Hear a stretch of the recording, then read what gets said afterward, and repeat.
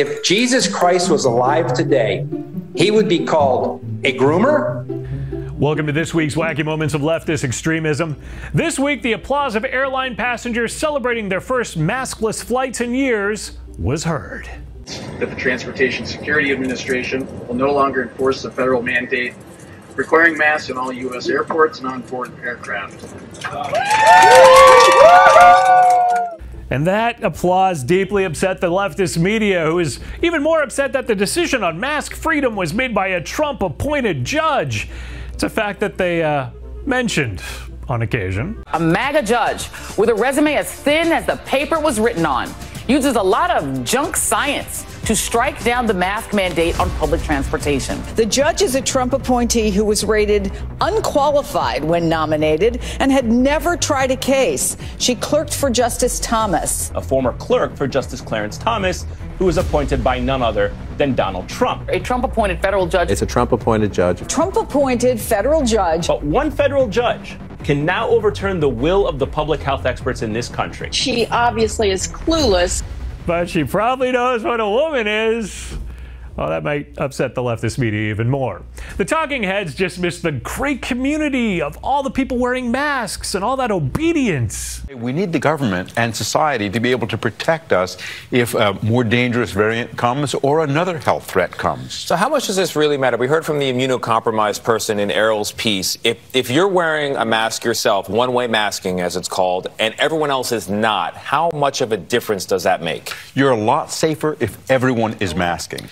That's what I struggle with. And I struggle with people making the decision, I'm not going to mask. If you could not wear a mask and it only affects you, good on you. But it affects so many other people. Unless those people are wearing a mask. But darn, we can't have people making those type of choices.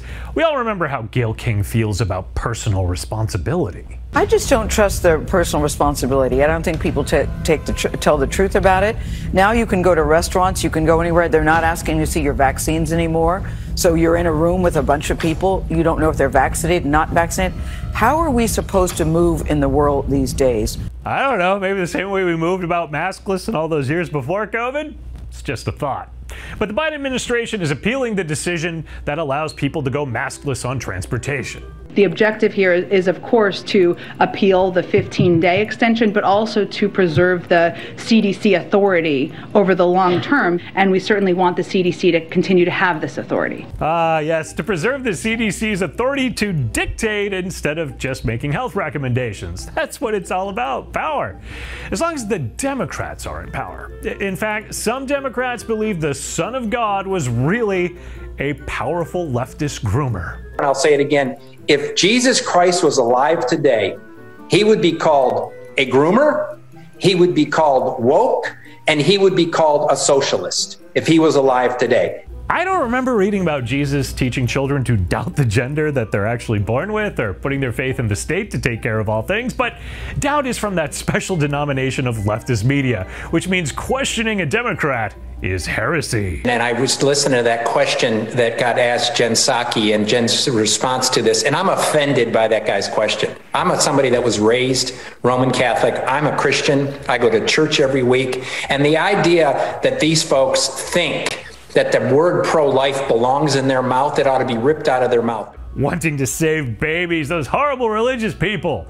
The gospel, according to Dowd and MSNBC, is brought to you by Dell. Give them a call and let them know that their ad support for this garbage just doesn't compute.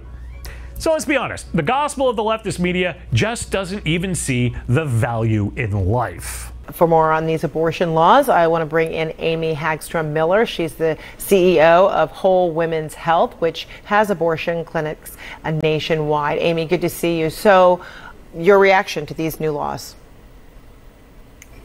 You know, unfortunately, I'm not surprised. I think we've seen this turn across the country when the status of the Supreme Court changed. It's sad to see this because these values and these laws do not represent the feelings and beliefs of the majority of people in this country. So the person who runs abortion clinics nationwide doesn't think Americans really value the life of babies. I am so shocked that CNN would have this woman on as a guest unopposed. I mean, why would you want to hear a different opinion when you're preaching an agenda? They need to make sure that things only swim in one direction on the leftist networks, especially on Spanish-speaking Univision. Y estamos conectados en este momento con Mario Beneiro, el entrenador de natación del club Mantarrayas, que les enseña gratis a sus paisanos que deben emigrar. Realmente hay mucha gente que está tomando esos cursos, tienen lista de espera, hay más hombres o mujeres. Exacto. Nosotros hicimos un túnel con unas carrileras en la piscina y pusimos a 10 personas a cada lado con unas tablas y creamos una turbulencia tirando agua a la persona que iba pasando sobre el canal. Mario Beneiro en vivo desde Nicaragua para la edición digital. Qué bueno que nos cuenta acerca de este curso que se ha vuelto viral.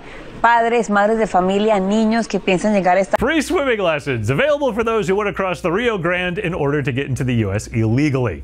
That certainly seems like it's a dangerous thing to promote. I mean, why would they encourage this?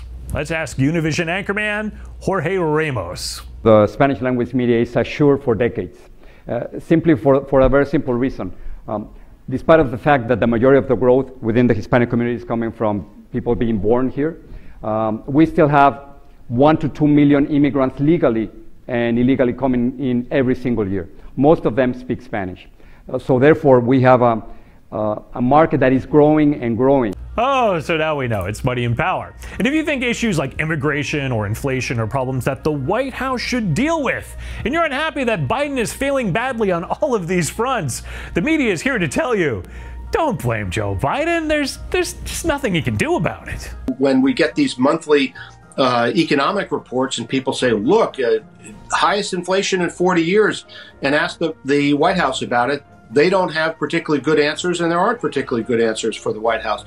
On immigration, President Biden hasn't really implemented much of the immigration agenda that he ran on, but the flow of people from south of the border seeking to get into the United States is something that has existed for decades. It ebbs and flows with how the economy is going. And now you've got a whole lot of people who want to come in.